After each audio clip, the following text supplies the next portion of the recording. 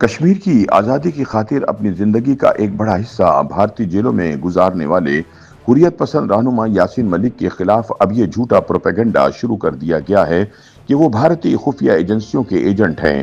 تاہم یہ پروپیگنڈا کرنے والے بھول گئے کہ بھارتی نیشنل انویسٹیگیشن ایجنسی تحریری طور پر بھارتی حکومت سے یاسین ملک کو پھانسی دینے کا مطالبہ کر رہی ہے۔ یاد رہے کہ الجزیرہ میں شائع ایک رپورٹ میں معروف کشمیری حریت رہنما یاسین ملک کو بھارتی ایجنٹ قرار دیا گیا ہے۔ یاسین ملک کی اہلیہ مشان ملک کا کہنا ہے کہ میں اپنے شوہر یاسین ملک کو ہندوستان کا اثاثہ قرار دینے کی سخت مذمت کرتی ہوں، کیونکہ یہ ایک جھوٹا پروپیگنڈا ان کی زندگی بھر کی قربانیوں کے ساتھ سخت ترین ناانصافی ہے۔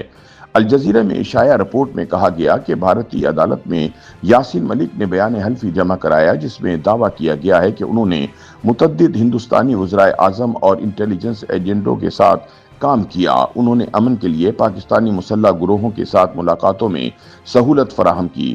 رپورٹ میں کہا گیا کہ یاسین ملک در حقیقت ہندوستانی انٹیلیجنس کا اثاثہ تھے۔ یاد رہے کہ 2019 میں پلوامہ میں بھارتی فوج کے ایک قافلے پر خودکش حملے میں 40 افراد کے مرنے کے بعد سے یاسین ملک جیل میں ہیں اور ان کی جماعت جموں کشمیر لبریشن فرنٹ پر پابندی عائد کر دی گئی ہے۔ یاد رہے کہ دوران قید اپنے خلاف چلنے والے ٹرائل کے دوران یاسین ملک نے ایک حلف نامہ جمع کروایا تھا، جس میں انہوں نے پاک بھارت بیک چینل ڈپلومیسی کے حوالے سے کچھ انکشافات کیے تھے۔ الجزیرہ نے اسی کو بنیاد بنا کر یاسین ملک کو بھارتی ایجنٹ قرار دے دیا ہے۔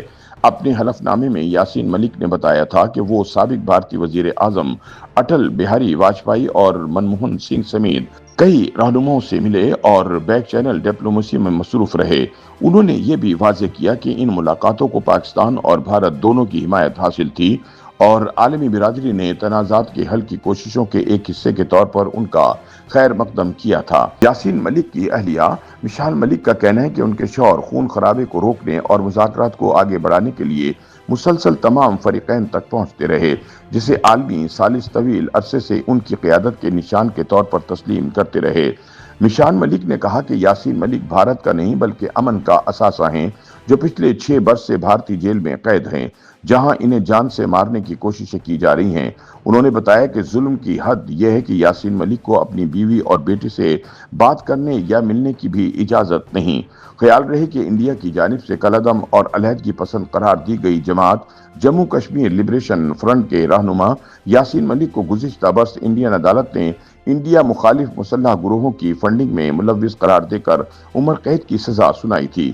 تاہم اس کیس کی تفتیش کرنے والی نیشنل انویسٹیگیشن ایجنسی نے دلی کی عدالت میں یاسین ملک کو سزائے موت دینے کی اپیل دائر کر دی ہے۔ ایسے میں سوال یہ ہے کہ اگر یاسین ملک واقعی بھارتی خفیہ ایجنسیوں کا اثاثہ ہوتے تو نیشنل انویسٹیگیشن ایجنسی انہیں پھانسی دلوانے کی درخواست دائر کرتی۔ عدالت میں جمع کرائی گئی اپنی مختصر اپیل میں نیشنل انویسٹیگیشن ایجنسی نے موقف اختیار کیا ہے کہ انڈیا مخالف مسلح گروہوں کی فنڈنگ کے کیس میں یاسین ملک کو سنائی گئی سزا یعنی 2 بار عمر قید ناکافی ہے، جسے بڑھا کر سزائے موت میں تبدیل کیا جائے۔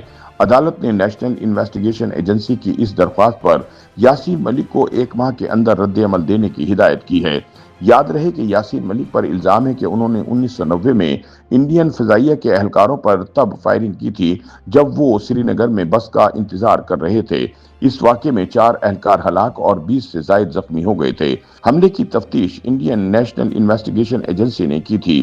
حکومت کو پیش کردہ رپورٹ میں الزام عائد کیا گیا کہ 25 جنوری 1990 کو موٹر سائیکل پر سوار جن 3 افراد نے انڈین ایئر فورس اہلکاروں پر فائرنگ کی تھی، ان میں جموں کشمیر لبریشن فرنٹ کے یاسین ملک، جاوید میر اور مشتاق لون شامل تھے۔